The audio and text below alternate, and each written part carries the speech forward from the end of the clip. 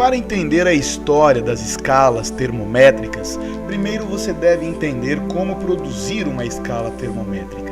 É simples, vamos ver. Você pega uma rolha e a atravessa com um tubinho de vidro ou de plástico. Pega um vidrinho de remédio no qual caiba a rolha e o enche de um líquido com dilatação regular, como o álcool ou o mercúrio. Agora lembre que quando uma substância pura está mudando de fase, sua temperatura não muda. Então, coloque seu termômetro no meio de gelo derretendo, por exemplo, e espere até que seu líquido esteja na temperatura desse gelo. O líquido vai contrair até estabilizar numa certa altura, pois a temperatura de fusão da água é constante. Faça uma marquinha aí. Agora coloque o seu termômetro na água fervendo.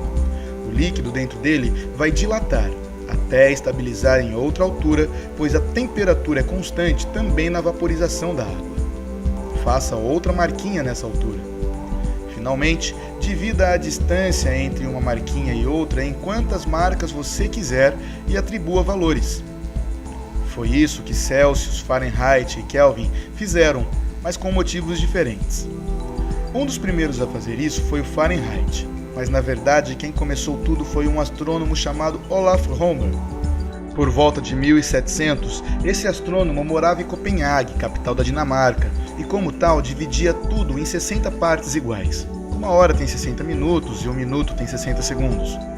E então ele atribuiu 0 para a primeira marquinha do termômetro e 60 para a segunda marquinha. Mas durante os anos ele foi percebendo que tinha noites que o termômetro ficava abaixo do zero. Aí ele fez um termômetro bem comprido e marcou a menor altura registrada. Para não trabalhar com números negativos, colocou o zero aí e mediu a distância da altura da fusão da água. Era em torno de 1/8 da distância da fusão até a fervura da água, ou seja, 60 oitavos igual a 7,5 graus. Então, o frio mais intenso de Copenhague ficou valendo 0. O gelo derretendo ficou valendo 7,5 graus e a água fervendo 67,5 graus. Aí ele pensou, por que meus termômetros vão até 67,5 graus se o dia mais quente aqui em Copenhague vai só até uns 20 graus? Então ele dividiu o termômetro em 4 partes, deixando 1/4 valer os 7,5 graus para baixo da fusão do gelo e os outros 3/4 acima, sendo o máximo então 22,5 graus. Em 1708, Daniel Gabriel Fahrenheit visitou Olaf Romer em Copenhague e aprendeu a fazer termômetros com ele. Mas Fahrenheit não gostava de ficar fazendo conta com vírgula e então ele arredondou aqueles 7,5 graus para 8 graus. Depois, Fahrenheit conseguiu filtrar melhor o mercúrio com que fazia os seus termômetros e melhorou a precisão deles. Agora ele conseguia aferir quartos de graus. Por exemplo, 5,25 graus, 7,75 e assim por diante. Novamente, para fugir dos números com vírgula, esticou ainda mais a escala, transformou 8 graus em 32 graus e percebeu que nessa nova escala a medida da fusão à fervura era de 180 graus, ou seja, a escala de Fahrenheit ficou assim: 0 para o frio mais intenso de Copenhague, 32 para a fusão do gelo e 212 para a ebulição da água. Os argumentos para a utilização dessa escala, ainda hoje em países anglo-saxônicos principalmente, são que ela dá valores quase sempre positivos nos países frios do hemisfério norte e que dá o valor redondo 100 para a temperatura limite do corpo humano em casos de febre. Agora vejamos os Celsius. Mesmo depois de Romer e Fahrenheit, a comunidade científica ainda não aceitava muito bem que os pontos fixos de fusão e de ebulição da água eram os mesmos em todo o planeta. Em 1742, o astrônomo sueco Anders Celsius publicou um trabalho onde descrevia vários testes com a neve derretendo e com a água fervendo em várias localidades, demonstrando que o termômetro ficava estacionado durante esses eventos em qualquer lugar, mas a ebulição dependia da pressão atmosférica e esta da altitude do local. Quanto mais alto, menor a pressão atmosférica, menor a temperatura de ebulição. Na época dele, algumas escalas usavam valores maiores para as temperaturas mais frias. Então ele atribuiu 100 para o gelo derretendo e 0 para a água fervendo. Ou seja, ao contrário do que é hoje. A mudança ocorreu após a morte dele, em torno de 1750. Finalmente veio Kelvin. Antes dele, em 1830, o engenheiro e militar francês Sadi Carnot havia descoberto que uma máquina térmica devia operar entre duas temperaturas para obter trabalho, energia mecânica, a partir do fluxo de calor entre elas. Quanto maior a diferença de temperaturas, mais trabalho obtém-se. A partir desse conceito, em 1848, o físico e matemático britânico William Thomson, que depois recebeu o título de Lord Kelvin, imaginou que havia uma temperatura tão baixa que não haveria fluxo de calor para nenhum outro lugar, e a máquina de Carnot não funcionaria.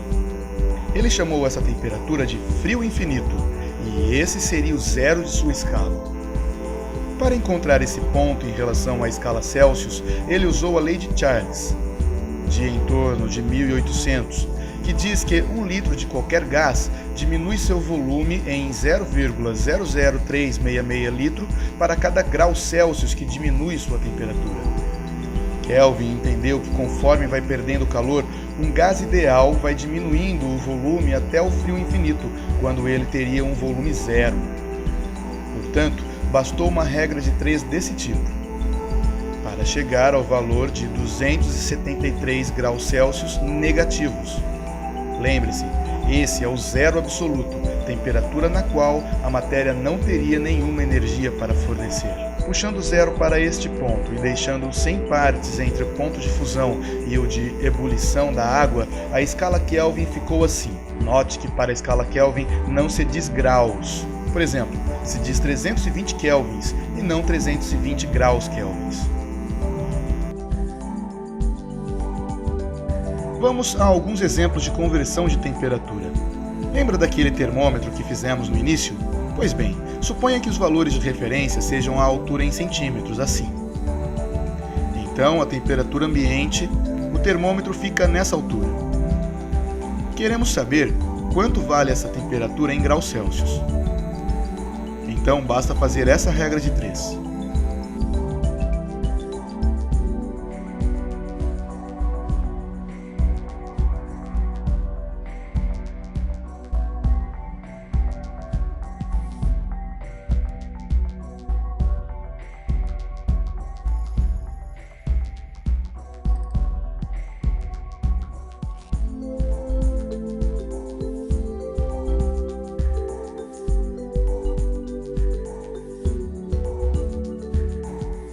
Nos exercícios de física, nos exercícios sobre termometria, às vezes é dado um gráfico que relaciona duas escalas, como esse. Então, basta localizar os pontos correspondentes, assim. E então fazer a regra de 3 que vimos antes. Pronto, agora você já sabe tudo sobre escalas de temperatura. Pronto, agora você já sabe quase tudo sobre escalas de temperatura.